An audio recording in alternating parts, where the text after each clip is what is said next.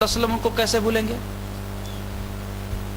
حضرت سفیان ثوری رحمۃ اللہ علیہ جو بہت بڑے محدث ہیں اور محدثین میں خود ان کا درجہ امامت کا ہے، ایک مرتبہ آپ جو ہے کعبۃ اللہ شریف میں گئے،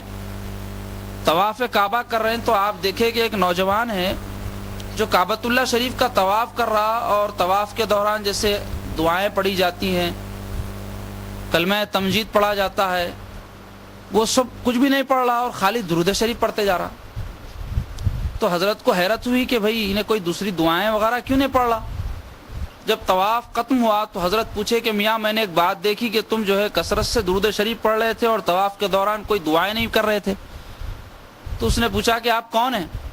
تو حضرت نے فرمایا کہ میرا نام سفیان ثوری ہے۔ تو نام سنتے ہی کہنے لگا حضرت آپ تو اتنے بڑے اللہ والے ہیں، اگر آپ کے علاوہ کوئی اور شخص ہوتا تو میں یہ بات اس کو ہرگز نہیں بتاتا۔ میرے یہ عمل کے پیچھے ایک راز ہے، وہ یہ ہے کہ میں اور میرا باپ جو ہے مل کے حج کی نیت سے نکلے اور راستے میں سفر کے دوران میرے باپ بیمار ہو گئے۔ میں بڑی ان کی تیمارداری کیا، بڑی خدمت کیا، لیکن جو ہے انہوں بچے نہیں، ان کا انتقال ہو گیا۔ جیسے انتقال ہوا ان کا چہرہ جو ہے بالکل سیاہ ہو گیا۔ شاید گناہ کیے تھے اپنی زندگی میں، بدکاریاں کیے تھے جس کا اثر ظاہر ہوا، لیکن میں اولاد تھا ان کی، دیکھ کے مجھے بڑا افسوس ہوا اور رونے لگا۔ روتے روتے جو ہے میری آنکھ لگ گئی اور ایسے ہی میری آنکھ بند ہوئی، میں نے دیکھا کہ ایک جو ہے ہستی نمودار ہوئی، سراپا جو نور ہے، جسم ان کا جو ہے معطر ہے، چہرے اقدس کے انوار کا یہ عالم ہے کہ نگاہ نہیں ٹھہرتی۔ وہ تشریف لائے اور میرے باپ کے جو ہے چہرے پر سے چادر اٹھا کر انگلی سے اشارہ فرمائے تو میرے باپ کا سیاہ چہرہ نورانی ہو گیا۔ اب وہ ہستی تشریف لے جانے لگے تو میں آگے بڑھ کر ان کے جو ہے قدموں کو پکڑ کر عرض گزار ہوا کہ آپ کون ہیں اے میرے محسن، کہ آپ نے اتنا بڑا احسان کیا میرے باپ کے ساتھ۔ تو وہ ارشاد فرمائے کہ تو مجھے نہیں جانتا، میں تیرا نبی محمد رسول اللہ ہوں۔ تیرا باپ جو ہے بڑا گناہگار سیاہکار ضرور تھا، لیکن وہ مجھ پر کثرت سے درود پڑھتا تھا اور مرتے وقت جو ہے وہ میری آس لگائے بیٹھا تھا۔ مرنے کے بعد اس کا یہ جو حال ہوا تو میں پسند نہیں کیا کہ یہ اس حال میں مرے، اس لیے میں جو ہے اس کے جو ہے موت کے موقع پر آ گیا اور اس کے چہرے کو جو ہے نور سے بدل دیا۔ اس میں یہ ایک عادت تھی کہ وہ مجھ پر کثرت سے درود بھیجتا تھا، تو درود پاک کثرت سے پڑھنے سے اس کو یہ شخص کو یہ فائدے حاصل ہوئے۔ تو یہ تو دنیاوی اور ظاہری فائدے ہیں، جیسے میں نے کہا اخروی جو فائدے ہیں اور اخروی جو انعامات اللہ تعالیٰ نے رکھے ہیں درود پاک کے پڑھنے والوں کے لیے، وہ تو اللہ تعالیٰ ہی بہتر جانے، کیونکہ خود جس عمل کو اللہ تعالیٰ فرما رہے ہیں اس عمل میں اگر کوئی بندہ شریک ہو جائے تو اس کے لیے کیا کیا برکات ہے وہ تو ذات دینے والی ہی جانتی ہے۔ تو اس طرح ہم نے درود پاک کی مجلس کا جو ہے اہتمام کیا اور انشاءاللہ ان ایام میں سلسلہ چلتا رہے گا، اس امید کے ساتھ کہ اللہ تعالیٰ ہمارے اس پڑھے ہوئے درود پاک کو قبول فرمائے گا۔ اس کے علاوہ حاضرین مجلس، ہم نے ذکر جہری کیا اللہ تعالیٰ کے نام پاک کا، تو جاننا چاہیے کہ اللہ تعالیٰ کا جو ذکر ہے یہ زندگی ہے ایمان کے لیے، اور قرآن پاک میں اللہ تبارک و تعالیٰ نے متعدد مقامات پر کثرت ذکر کی تاکید فرمائی ہے، صرف ذکر کی نہیں بلکہ کثرت ذکری، وَاذْكُرُوا اللَّهَ كَثِيرًا وَاذْكُرُوا اللَّهَ كَثِيرًا کا اللہ تعالیٰ نے متعدد جگہ یہ ارشاد فرمایا ہے۔ اور چونکہ عنوان جو ہے ذکر کا تو ہے نہیں کہ میں ساری تفصیل ذکر کے فضائل وغیرہ سے متعلق اور وہ آیات و احادیث جس میں ذکر کی تاکید اور فضیلت آئی ہے آپ کے سامنے رکھوں، ضمناً یہ بات آ گئی تو میں کہتا چلوں کہ ذکر جو ہے دلوں کے لیے زندگی ہے۔ انسان اگر چاہتا ہے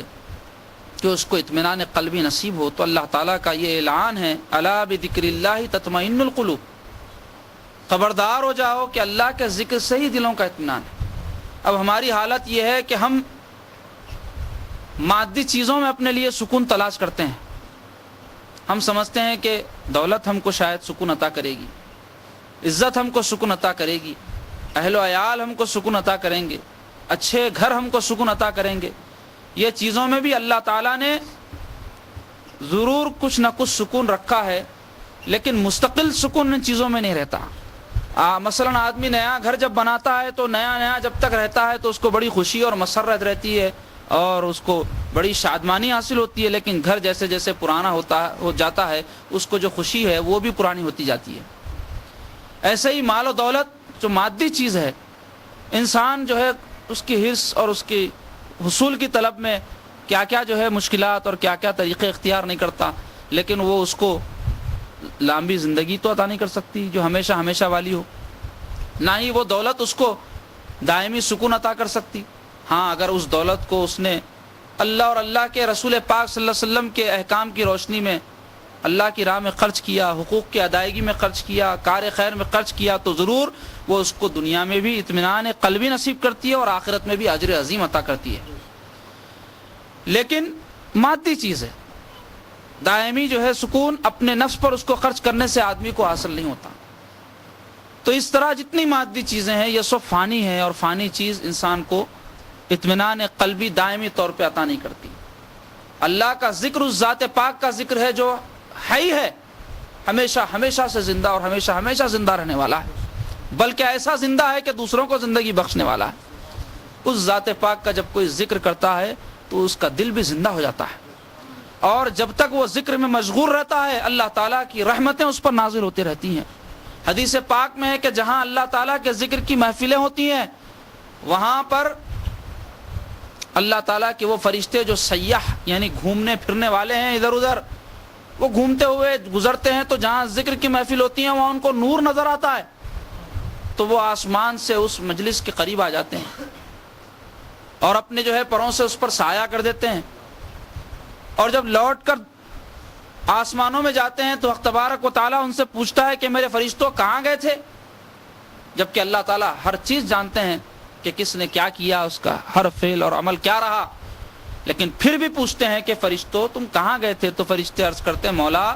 ہم ایک ایسی مجلس میں گئے تھے جہاں لوگ جو ہے ذکر کرتے بیٹھے تھے.